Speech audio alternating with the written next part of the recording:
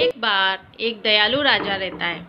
वह अपनी प्रजा का बहुत ध्यान रखता है। चलिए मेघा रानी जी, आज अपन अपने राज्य का भ्रमण करके आते हैं। ठीक है महाराजा उनके वाहन पर राज्य के भ्रमण के लिए निकलते हैं। मेघा रानी जी महाराज। लगता है इस झोपड़ी में से किसी के लड़ने की आवाज आ रही है। हाँ मुझे भी आ रही है। चलो चलकर देखते हैं। ठीक है। अरे रुक्मणी, तुमने अभी तक खाना नहीं बनाया? मैं बनाने की मशीन नहीं हूँ। एक तो तुम पैसे भी कम कमाते हो, तो रोज ही दाल चावल बनाने पड़ता है। अरे रुक्मणी, तुम गुस्सा क्यों होती हो? मैं पैसे कमा के तुम्हें ही तो देता हूँ। पैसे में कुछ नहीं होता है महाराज। ये दोनों दंपति आपस में लड़ रहे हैं। काश मैं एक रानी होती। महाराज, उस किसान की पत्नी को ये समझ में नहीं आ रहा है उसकी गरीबी का कारण वो खुद है। कैसे महारानी? वो ऐसे धन संभालने की जिम्मेदारी पत्नी की होती है। महारानी, मैं मेरे राज्य में खुशहाली चाहता हूँ। ठीक है महाराज, मेरे पास एक उपाय है। आप इन दोनों को महल में बुलाइए। अरे सुनो मोहन, हाँ तुम्हें अभी तुरंत महाराज ने बुलाया है।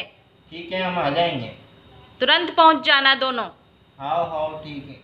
अरे रुक्मणी, महाराज ने पता नहीं जाने क्यों तुरंत बुलाया है। मुझे क्या पता, चलो चल के देखते हैं। महाराज, आपने बुलाया? आओ मोहन, बैठो। जी महाराज, हमें कैसे बुलाया आपने? मोहन, हम आज भ्रमण पे गए थे। हमने आप दोनों की वार्ता सुनी थी। महारानी जी ने कुछ उपाय बताया। मोहन, महारानी जी का मानना यह है कि ये अगर 3 महीने तुम्हारे घर पे रहेगी तो तुम्हारी गरीबी को दूर कर सकती है। महारानी जी, आप इस गरीब के घर में कैसे रहोगी? तुम इस बात की चिंता मत करो, मैं तुम्हारे घर पर रह लूंगी। जैसी आपकी इच्छा महारानी जी।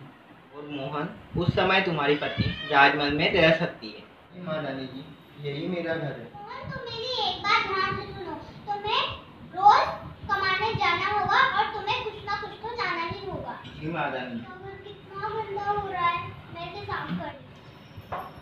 हाँ ये तो हो गया। अरे इनकी रसोई भी कितनी फैली हुई है, मैं इसे जमा देती हूँ। ये काम तो खत्म हुआ, अब मैं झाड़ू पोछा कर देती हूँ।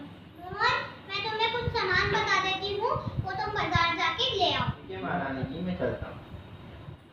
अरे वाह, आज पर कितना साफ साफ लग रहा है। ये महारानी जी, ये आपने जो सामान मंगाए थे, ये मेरे कमाए हुए पैसे हैं।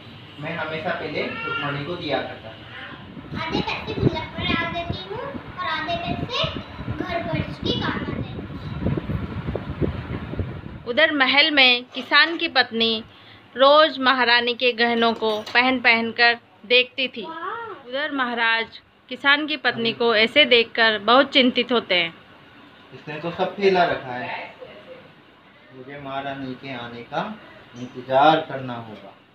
देखते ही देखते मोहन का घर बहुत सुंदर हो जाता है और वह एक गाय भी ले लेता है। 3 महीने हो चुके हैं, अब तुम मुझे महल में छोड़िए। जी महारानी। मोहन महारानी को छोड़ आता है और रुक्मणी को लेकर आ जाता है। यकीन नहीं हो रहा, ये मेरा घर है।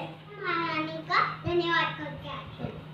शुक्रिया महारानी जी, आपने हमारे घर को इतना सुंदर बना दिया। रुक्मणी, किसी भी देश के राजा के बहुत से सलाहकार होते हैं, लेकिन एक पति को समझदार पत्नी की जरूरत होती है। हर आदमी की पत्नी जिम्मेदार होनी चाहिए, तभी घर में खुशहाली आती है। महारानी, मैंने अपनी जिम्मेदारी सही से नहीं निभाई। महारानी, मुझे मेरी गलती का एहसास हो चुका है। अब मैं हमेशा मेरे पति का साथ दूंगी। इससे हमें यह शिक्षा मिलती है